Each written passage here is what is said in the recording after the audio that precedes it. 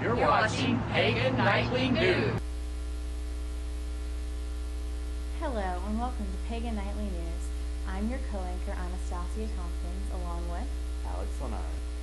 Tonight's lead story concerns the traditions of life and death. Life, death, and rebirth, the eternal cycle, has been central to human culture since time immemorial. Rituals enacted in midwinter ensured the return of the sun in springtime and breathe life back into the buried soil and bring fertility to the land so that its inhabitants may reap a plentiful harvest.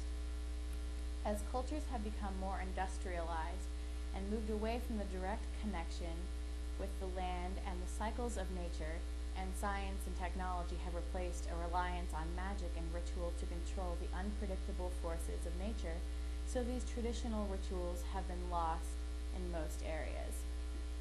However, in some rural areas, our cultural heritage is being kept alive. In Ireland, groups of mummers still perform traditional midwinter rituals. In Bulgaria, kukeri is the given name to these practices.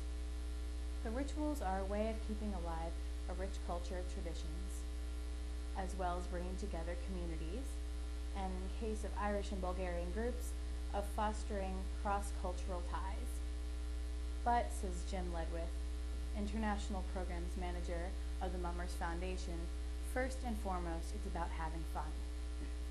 An exhibition of mumming is on display at the Ethnographic Institute and Museum, curated by the ethnologist Iglaika Mishkova. The exhibition comprises a comprehensive and informative collection including mummification artifacts, photographs, and costumes, which are on display for the next 3 months. The Ethnographic Institute and Museum is at 6A Moskova Street in Sofia and is open Tuesday through Sunday. Now on to our next story. Tonight's next top story has to do with America's fundamentals, the Bill of Rights.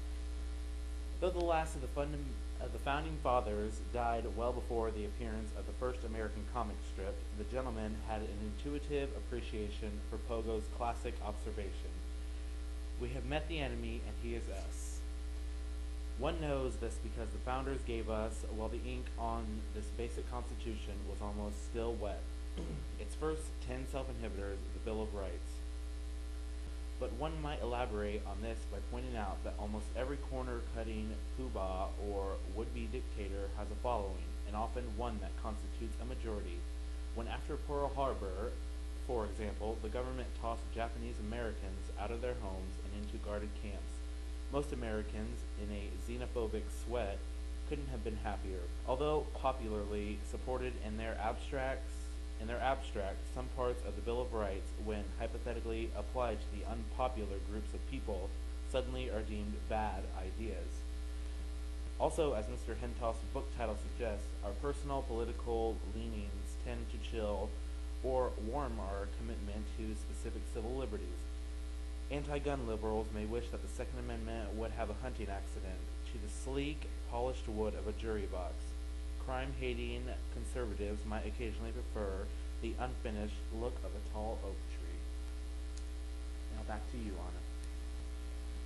That concludes tonight's edition of Pagan Nightly News, and remember, magic is everywhere. So is TV.